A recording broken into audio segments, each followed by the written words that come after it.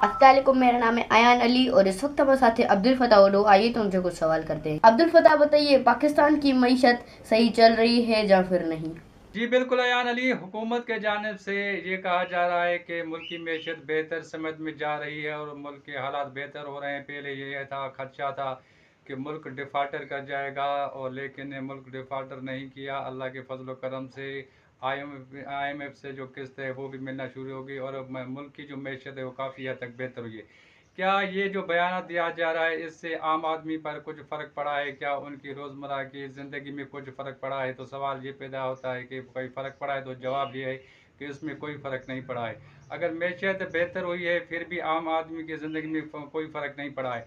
अगर आप देखें तो इस वक्त भी बिजली के बिल हों, गैस के बिल हों, या पेट्रोल मसनूआत या तेल मसनूआत की कीमतें वो आसमान से बातें कर रही हैं।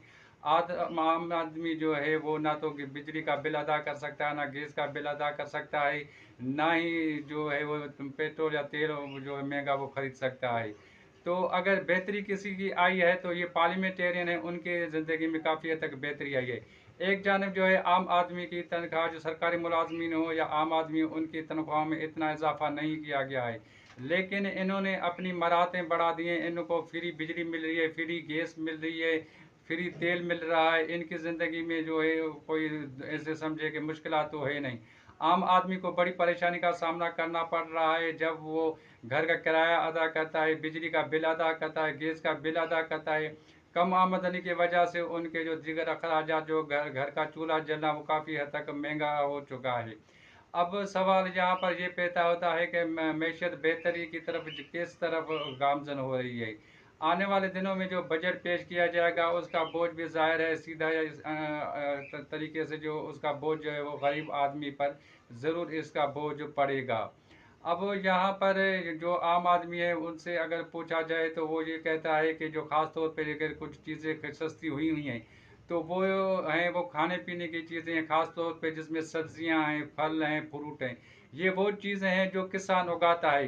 इन किसानों को जो है महंगे दामों में खाद मिलती है, ज़रिया अद्वियात मिलती है, महंगी बिजली मिलती है, और इनकी जो फसल तैयार होती है तो उनको वो कीमत नहीं मिलती है। उनका तयन भी व्यापारी लोग करते हैं, उनको वो कीमत नहीं मिलती जो इनको मिलनी चाहिए, जिसकी वजह से जो बाज़ारों में ये जो सब्जियां हैं, ये फल फ्रूट हैं या दीगर जो अशिया हैं वो सस्ते मिल रही हैं, लेकिन और उसका जो सिला जो है किसान को नहीं मिल रहा है।